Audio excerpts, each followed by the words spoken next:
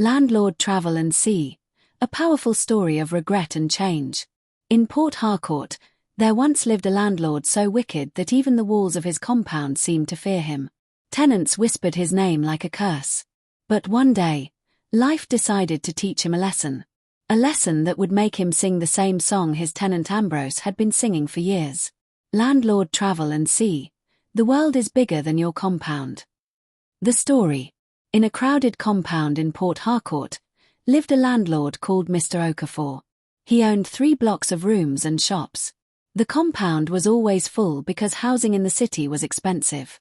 But the tenants had one problem. Their landlord had no mercy. If rent delayed by 1 week, Mr. Okafor would appear like thunder. "Where is my money?" Everyone feared him. But there was one tenant who never feared him. His name was Ambrose. Ambrose was a quiet man who worked as a mechanic. Life was hard for him, but he always tried his best.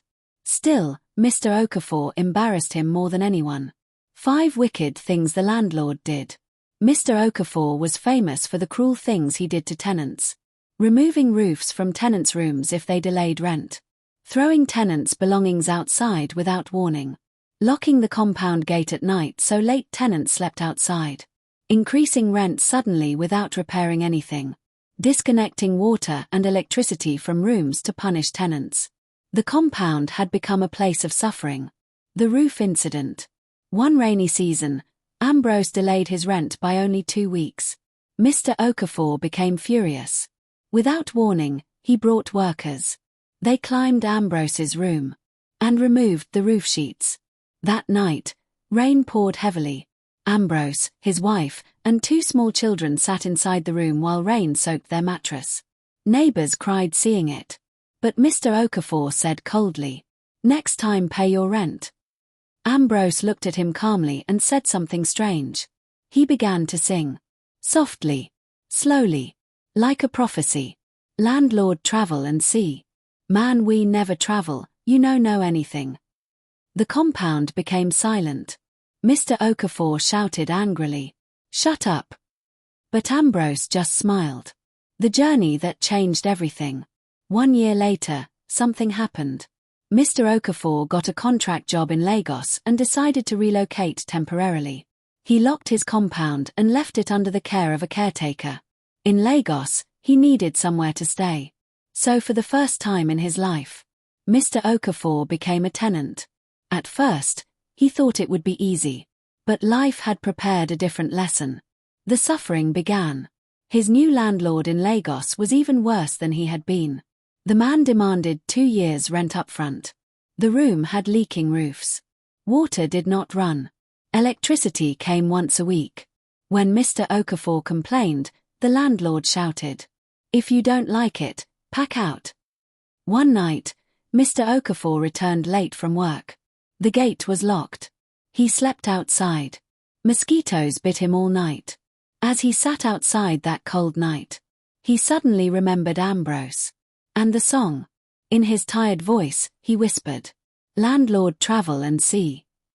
For the first time, he understood. The humbling moment. One evening heavy rain started. Water poured through the leaking roof. Mr. Okafor's mattress became wet.